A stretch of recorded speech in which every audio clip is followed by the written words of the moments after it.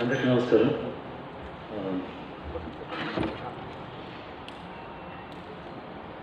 కృష్ణ గారు మమ్మల్ని వదిలి ఆల్మోస్ట్ ఇప్పుడు 2 years అవుతుంది. 2 years నుంచి నా లైఫ్లో నేను ప్రతి స్టెప్లో నేను మిస్ అయ్యాను. ప్రతి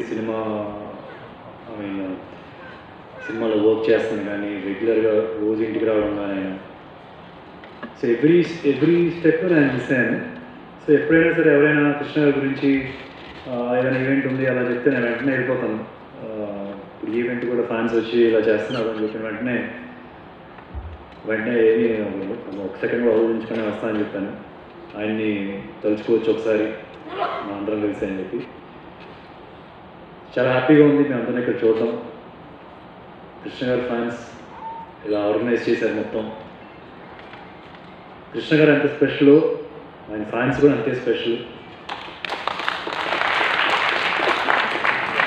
అంటే ఈ ఒక్క ఈవెంట్ అనే కాదు, చూస్తే కనుక లాస్ట్ 2 yearsగా మనం చూస్తే ఫ్యామిలీ నుంచి ఇనిషియేషన్ లేకపోయినా సరే అంటే లేదా పొలిటికల్ సపోర్ట్ నుంచి కానీ ఆ పొలిటికల్ సైడ్ నుంచి కానీ ఎక్కువ పుష్ లేకపోయినా ఫ్యాన్సే ముందడుగేసి వాళ్ళే ఎన్నో చోట్ల కృష్ణ గారి విగ్రహాలు పెట్టడం జరిగింది. కుదిరినప్పుడు అనిపించినప్పుడు నేను కూడా 1-2 చోట్లకి వెళ్ళాను. ఇలాగా ఏ ఫ్యాన్స్ ఉండరని చెప్పి నా ఐ ఫీల్. ఇలాంటి ఫ్యాన్స్ అయితే మాత్రం ఏ హీరోకి ఉండరు డెఫినెట్గా. అండ్ కృష్ణ గారి దగ్గర నుంచి నేను చాలా నేర్చుకున్నాను. అంటే మనం ఒక పుస్తకం రాయొచ్చు, ఆయన దగ్గర నుంచి ఏం నేర్చుకోవచ్చు అనేది. ఆయనకున్న డిసిప్లిన్ కానీ ఏదైనా ఒక ఫైట్ బ్యాక్ అంటే ఒక కొన్ని సినిమాలు ఆడకపోయినా సరే నెక్స్ట్ ఎక్కడ డీలా పడకుండా మళ్ళీ ఆ ఫైట్ బ్యాక్ చేయడం కానీ ఆయన కెరియర్లో ఆయన దగ్గర నేను చాలా నేర్చుకున్నాను సార్. అది సో ఇప్పుడు నాకు ఆ ఫైట్ బ్యాక్ క్వాలిటీ అది కావాలి. నాకు ఆయన ఇన్స్పిరేషన్ దీనిలో. And at the same time నా మీద ఒక బాధ్యత కూడా ఉంది, ఆయన లెగసీని కంటిన్యూ చేయడం. నేను చేయాల్సిందల్లా నేను మంచి సినిమాలు చేయడం, అది ఎలాగైనా చేస్తాను. నా ప్రయత్నం హానెస్ట్గా చేస్తూనే ఉంటాను.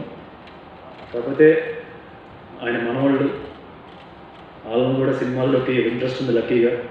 సో వాళ్ళకి ఒక మంచి లాంచింగ్ ప్యాక్ చేయాలి. సో వాళ్ళు సక్సెస్ అయితే కృష్ణ గారు మనం ఇంకా అలా కంటిన్యూ ఆయన క్రియేట్ చేసిన లెగసీని అలా కంటిన్యూ చేయడం కూడా ఇంపార్టెంట్ నాకు. అండ్ శివ గారు కూడా ఇక్కడ ఉన్నారు. నాకు ఎప్పుడు ఆయనతో పాటు స్క్రీన్ షేర్ చేసుకోవాలని కోరుకుండేది ఒకటే సీన్లో. కాబట్టి అది కుదరలేదు ఆ సినిమాలో, బట్ అట్లీస్ట్ ఒక సినిమాలో కుదిరింది. థ్యాంక్ యూ చెప్తున్నా శివ గారు ఇక్కడ ఉన్నారు కాబట్టి. సో అది చాలా హ్యాపీగా ఉంది ఇక్కడ రావడం, అందరితో ఇలా షేర్ చేసుకోవడం. ఇలా ప్రతి సంవత్సరం ఇలా సెలబ్రేట్ చేసుకుందాం, ఆయన జీవితాన్ని మనం సెలబ్రేట్ చేసుకుందాం. And thank you very much.